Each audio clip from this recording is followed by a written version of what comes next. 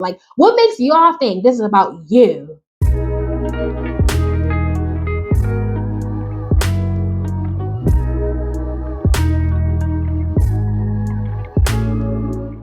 Hey, what is up, society? It is your favorite wannabe influencer and sovereign god, and welcome back to another Reddit story video, baby. Y'all already know what's going on, baby. I got some crazy titles here, and you already know that when y'all finding out, I'm finding out. So we getting into the reactions, we getting into the stories. So let's just get right into it, baby.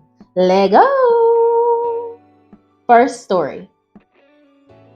Am I the asshole for telling my sisters I don't want them at my wedding? What sissy do? I, 32 female, have been with my boyfriend Mark, 33 male, for 2.5 years. Recently, I found out he's planning to propose.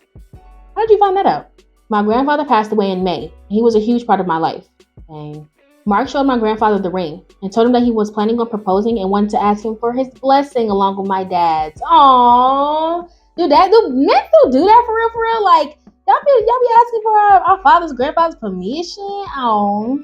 This was huge, and it literally made my grandpa so happy to know. My grandpa was conservative and didn't like people living together before they were married, but also never said anything because he knew we were adults and respected our wishes. With everything going on, I asked that he give it a few weeks to let things settle before Mark planned anything. He agreed. Now, the whole family knows he's going to propose, and my 3 sisters have assumed that once we're engaged, they'll be asked to be bridesmaids. I did not know this. I've made it clear my whole life that I would not have my sisters as my bridesmaids. They're dramatic, and I don't like it when I'm stressed. Dramatic how? Like, dramatic like one small thing and all of a sudden everything's about them, or like just over the top? So maybe I'm dramatic. Continuing. Mark and I talked about having our wedding in Maine, where he is from. Maine is beautiful, so I think that would be a pretty venue actually. We live in Texas, and I'm from here. However, being in an event industry, I don't want a big, dramatic, crazy day. I want something small and really want to be married in Maine. Mark doesn't care how or where, as long as I'm his wife at the end of the day. Since my sisters have assumed they'll be bridesmaids, last weekend they made a comment about needing to go dress shopping. I stated I never changed my mind and that I want them to be there, but none of them to be bridesmaids. They argued I was their bridesmaid, and I told them I was a literal child when they were married. I never asked or expected it. Now they're saying if they aren't in the wedding, they won't plan on coming because it's too far to travel. Y'all, I'm not even engaged yet. I said multiple times that I don't want to talk about it until I'm engaged, but it was always Mark and I's desire to host them if they could get there. They're not poor people, financially smart. We all individually got $50K inheritance from our grandparents. Oh, come on, inheritance, okay. And I joked that they should set that aside a little for next fall. Next fall, literally over 12 months away. But no, if they're not bridesmaids, they're not coming.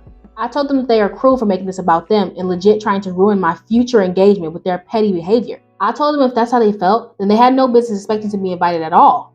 Mark was livid, and my brother-in-laws and my brother-in-law's parents are upset with them. I'm at peace with them not being there, but am I the asshole for saying what I did? Edit. My sisters are 42, 38, and 34. Okay, so you the baby. You the baby out of all your sisters, apparently. Girl, because you can't be in a wedding, why does it matter? Why does it matter? Isn't a wedding supposed to be celebrating her? Like her accomplishment, her milestone?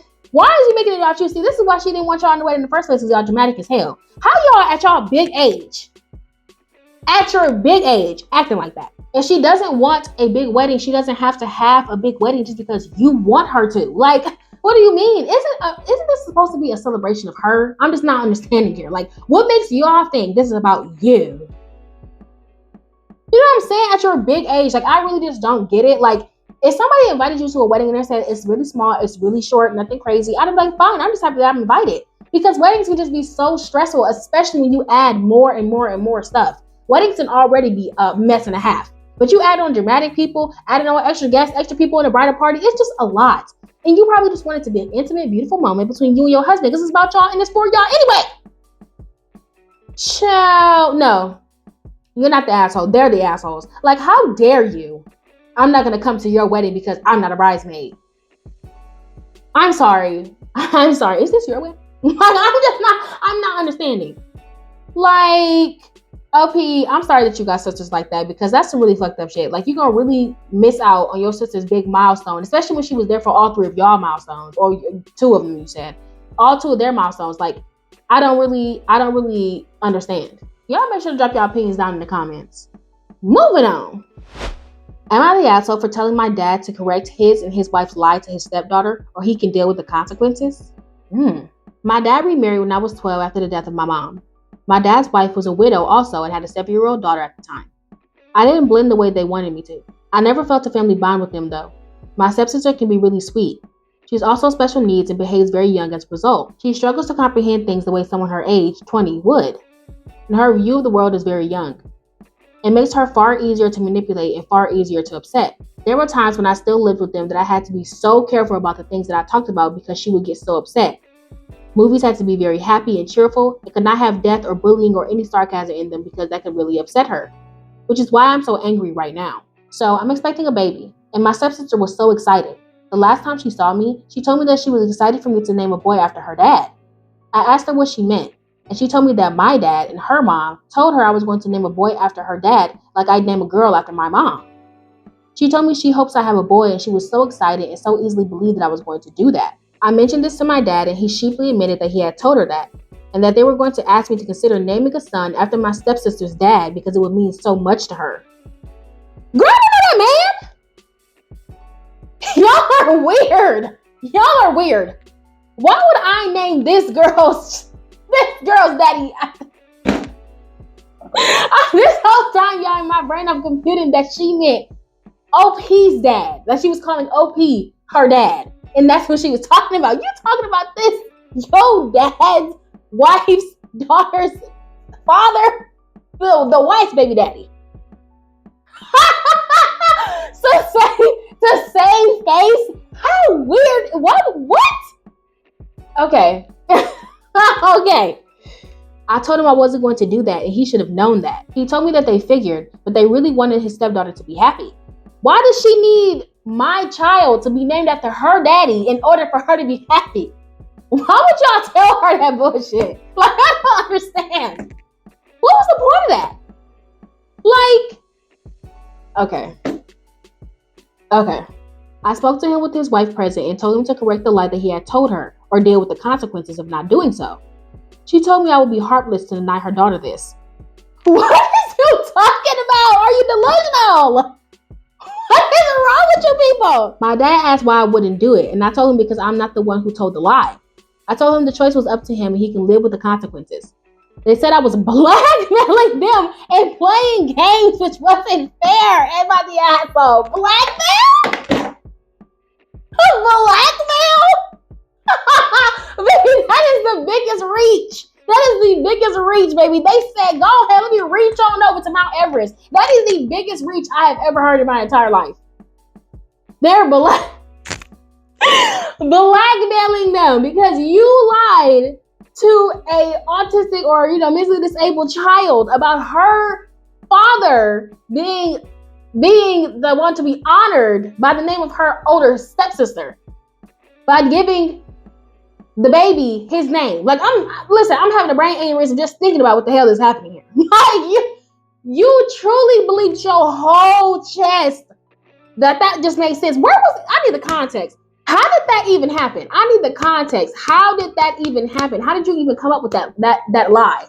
And then blackmailing you because I'm telling you, dude, tell her the truth or deal with the consequences. I'm not dealing with this. Like, and so what if she get easily upset? She'll get over it. There's many more days to live. No, OP, you're not the asshole. Blackmail is so insane. How am I blackmailing you from your own lie? Like, I don't get that. This whole time, y'all, I'm thinking, oh, OP's dad. No. Like, why would you even... I don't even know. Okay, I don't even know. Moving on. Am I the asshole for ghosting my girlfriend after she nearly killed both of us? Not putting you in harm's way. So, my girlfriend, 20 female, and I, 22 male, have been together for a little over 10 months now. We haven't had heated arguments or fights, except for the fact that she keeps tickling me at random, despite the fact that I've repeatedly told her to never do it again, because I can act strangely to it. Something from my childhood which I won't dive into. Now, to get into the current situation. This week, I've had my car returned from a paint job and had some major look changes, and I was really satisfied with the results. So I took a day off from work and took my girlfriend on a short trip outside the city. We drove to a lake, ate some food, and relaxed for a couple of hours until it got pretty dark, and we decided to head back home to get some sleep, as I had to go to work the next day and she had an exam. On the way home, I started to talk about how happy I felt with how the paint job turned out. And out of nowhere, she starts tickling me. While you're driving? Okay. I pushed her hand away and told her to stop. Then she reached for my ribs with both hands and got me swerving off the road. Ooh, no ma'am. No ma'am. Thankfully, nobody was hurt, as I already slowed down after the first attempt to tickle me. I'll admit that I told her, "What the fuck is wrong with you?" as soon as we stepped out the car, and she started crying. But I couldn't care less as I felt my veins were about to pop. When we got home, I told her to pack her things and go to her best friend's house. And she threw a tantrum and begged me to forgive her for her little mistake. I ain't saying nothing yet. I ain't saying nothing. I didn't say a word. I simply stared in disgust and pointed to her luggage. After her friend picked her up, I tried to go to sleep, but my mind was racing, so I barely got any rest. This happened on Tuesday, and she's been blowing up my phone ever since, but I haven't answered any calls or texts, just blocked her. This led to her friend coming to my house and telling me to at least hear my girlfriend out. But I told her to fuck off and leave me alone, which made her tell me that I'm more in love with the car than my girlfriend. So, am I the asshole in this situation? Should I talk to my girlfriend? I already feel like I can't trust her after what happened and our relationship can't be fixed.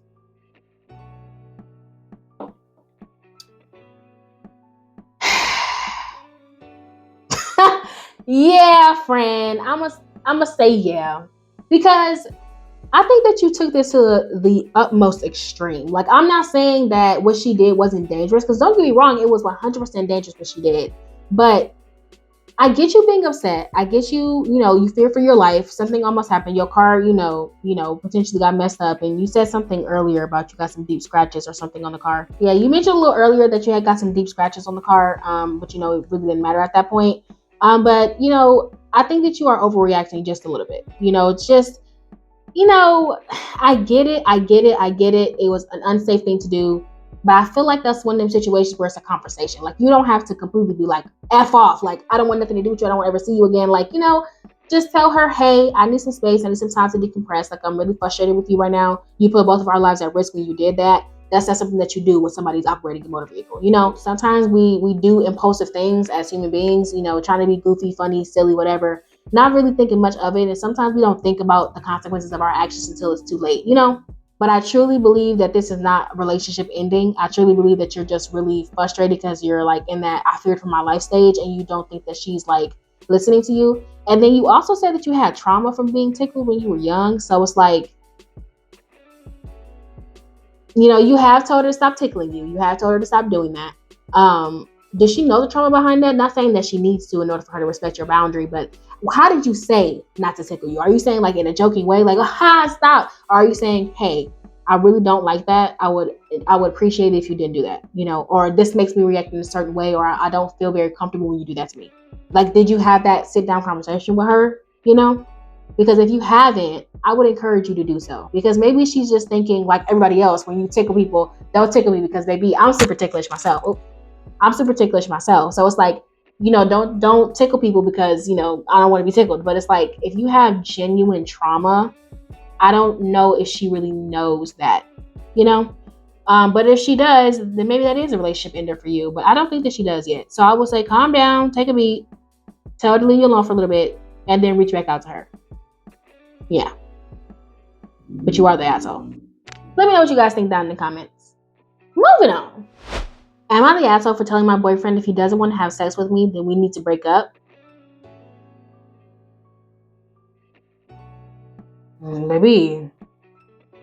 Baby, not coercion, not, you know what I'm saying?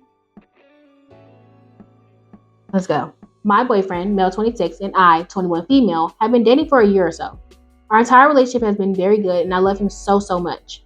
This issue has started within the last 4 months. During the beginning of our relationship, our sex life was great.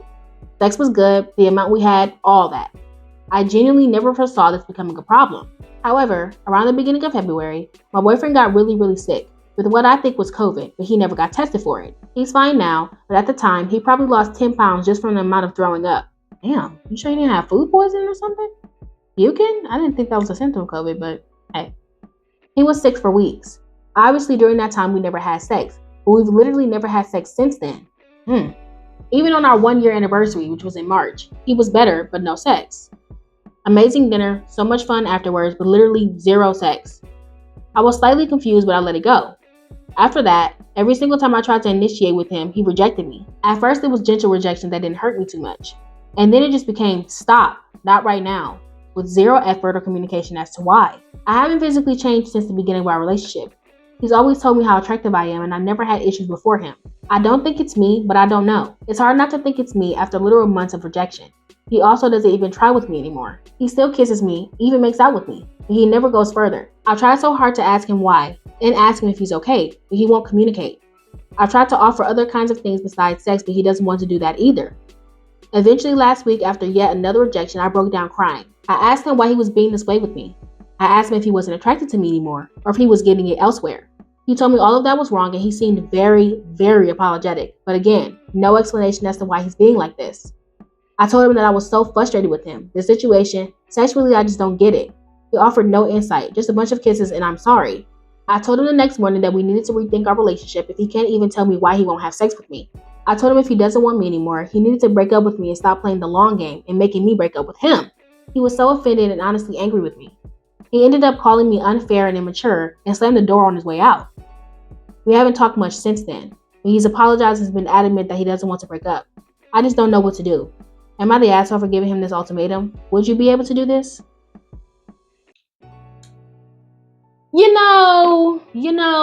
When I first read your title, OP, I was like, everybody their choice. You can't really force them to do anything, XYZ. And I was going to say, before I finish the story, that, this is why communication is key and kind of just talk to him about what's going on. But you mentioned that you've already done that. You've already tried to talk to him to see what was going on, what might be bothering him, XYZ. And, it could just be that he just doesn't have the desire. After being sick like that, you're saying that he was sick for a long time, lost a lot of weight, things of that nature. He's probably just going through some type of crisis where he just feels weak or weird. Like he just doesn't feel like himself. It's kind of like, it's not the same caliber at all. But it's similar to like when a woman, has a baby, postpartum and stuff. When your body goes through something like traumatic, no matter what it is, whether it be a birth, being deathly sick, going through an injury, sometimes it just messes with your mental in a way that you really can't explain. To the point where you're just really not yourself, And so I think that your boyfriend is probably just experiencing something that he just really doesn't understand. Probably just some type of area of just mope. And when you probably ask him, what's wrong, he probably can't give you an answer. He probably doesn't even know what's wrong with him. It's hard to really narrow that type of stuff down unless you're like a super aware person or you have a therapist of some kind. So, hopefully, I don't want to say that you're the asshole because this is, let's be honest, intimacy, sex is an important part of a relationship. Okay, of course, especially when you were doing it before, especially when that was one way for you guys to show strong intimacy for one another. You feeling deprived, you feeling withdrawn, you're feeling like you're missing, that intimacy and you want it back, which is understandable. So I see both sides here. I think that it sucks that you're going through that, but I also don't think that he's, the asshole for not wanting to really sleep with you. He probably doesn't want to break up. He probably really wants to get out of this funk and really want to do those things with you, but he just can't explain why he's feeling so, I guess you could say, unbalanced, if you will. So honestly, my suggestion would be to take a break. Not necessarily break up, but just, take a break. See if maybe him being by himself will help him discover what might be going on with him. And then, you can go out and probably do your own thing. And, if he's feeling better or if he's starting to feel like himself again, then maybe you guys can reconvene or something. And I know that a break, you're not supposed to be sleeping with other people and stuff like that. But it's like sometimes a break could just mean that y'all are both leaving each other alone. And if y'all come back together, then y'all do, the possibility is still there. That's what I think that, a break can be any different level of that. So I think that that's what you should do. I think that y'all should take a break for him to kind of just get himself together and then for you to maybe explore other options, but keep the door open, be there to, talk to him and see if he's willing to open up over the next couple of weeks or so. Maybe you just need to not be there in order for him to be encouraged to try to figure out what's going on, and because, sex is important. Intimacy is important and you're entitled to that. You have the right to be able to have that, especially when you were getting that before. We get into relationships for a give and take type of thing. You expect certain things out of your partner and they expect certain things out of you. You kind of get together, you have that initial agreement, and it's kind of that thing where it's like now you're expecting it. It's kind of like, when you fly first class, you don't want to go back to coach. You know what I mean? Like once you got that experience and you experience that level of happiness, you want to always have that. You don't want that to go away, And so he's taking away a vital piece of your relationship on your end. And so you're entitled to have that back or he has to let you go, So yeah, you tried to communicate, you've tried to, be there for him, you tried to get him to open up, you tried to help him, he doesn't want to do anything. And that could just be lack of motivation. That could just be his imbalance. He could be going through depression, you just never know. So yeah, take that break. That's what I would say. Because I think that's the best option for both of you. First of all, y'all both super, super, super young. So y'all don't even have to worry about being in no serious relationships right now, okay? Just go ahead and try to separate and see if that helps. And if y'all come back together, y'all do. And hopefully he's feeling better. And, if not, be there for him as a friend. But you got to move on. You got to live your life, because you're young. You don't have time to be sitting around waiting for people to get their lives together, But yeah, that's it for me. Drop your opinions down in the comments. Moving on. All right, society, that is it for this freaking video. I hope that you guys enjoyed. Make sure to like, comment, and share. And if you're new, hi, please subscribe, baby. I know that you like this video, and I know that you like me, so go ahead and hit that button, baby. What you doing? And for all my lovely society members, make sure to hit that bell notification so you're notified every single time that I post. I love you guys so, so, so, so, so much, and I'll see you in the next video. Bye.